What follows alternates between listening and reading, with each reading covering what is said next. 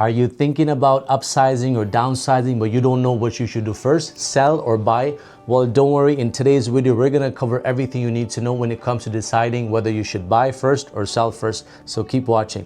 Hey everybody, this is Kenny.tabassum, your real estate broker from Greater Toronto area.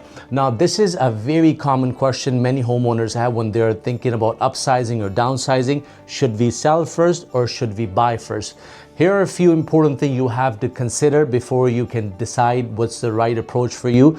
Number one is the current market condition you're in. You have to understand better what kind of market you're in right now. Is it a seller's market or a buyer's market?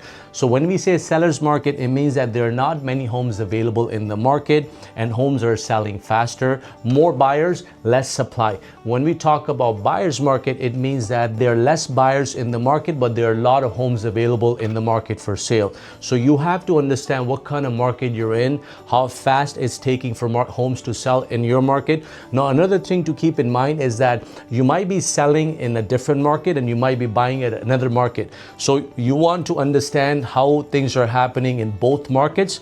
This way it will give you a better idea what kind of market you're dealing with. Number two is your financial situation. So I'll give you this example. So recently I went to one of my clients' house. I helped them buy their first home a few years ago. Now they wanted to upsize.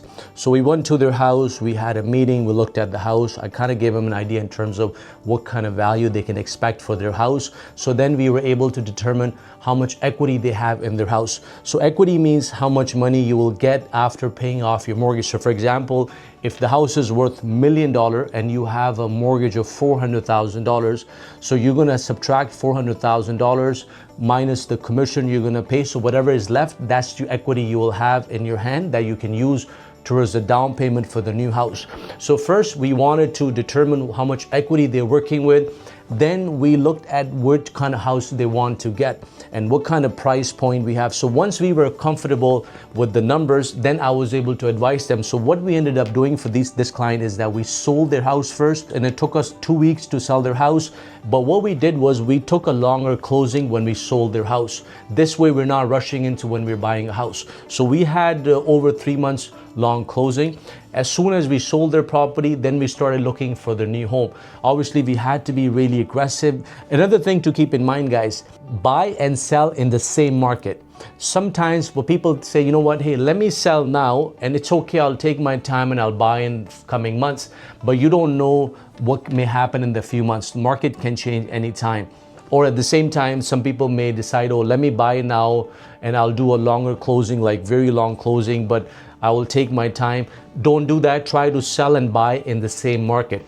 So anyway, so with this client, so we started looking for a house for them, and we were very clear with what they wanted. We understood the price range, so we were very clear when we went out there looking for a home. And it took us literally, we saw, I think, 8 to 10 homes, and then they found a house they liked. First, we put an offer. Unfortunately, we did not end up getting it. It was into a multiple offer situation. But then the second time they found another house, we put an offer and we were able to get it. We did the closing on the same day and everything worked out. Now we're just waiting for the closing to happen. So it's really important for you to determine your numbers as well, because if you understand your numbers better, then you are more comfortable in the whole process. Now, another thing to keep in mind is how are you as a person? Because I personally like to sell first, because when I sell, then I know how much money I have in my hand. Then I can go look for the house based on that. Because look, especially in today's market, we are in February 2025.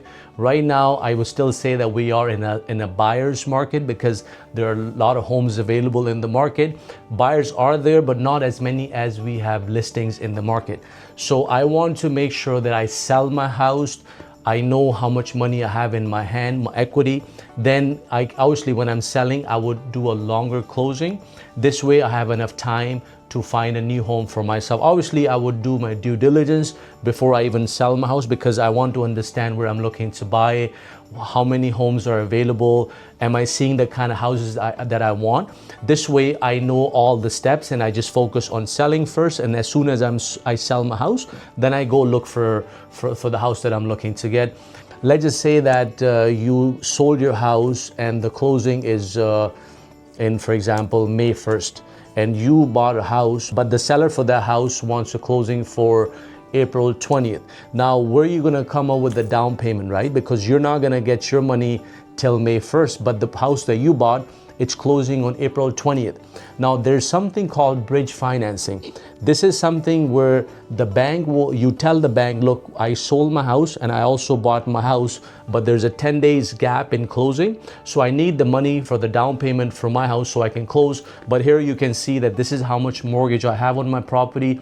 This is how much I sold my property, and this is how much money I'm going to get on May 1st. So the bank will give you this loan called bridge financing, which will cover, the 10 days gap that you have. So the bank will give you the loan, you use the money to close your property, and when you close your own property and you get the money, that is when the lawyer will use the money to pay it off. So these are a few important things to keep in mind. Again, right now, I feel like we are in a seller's market, so selling your home first would be a better approach with the longer closing.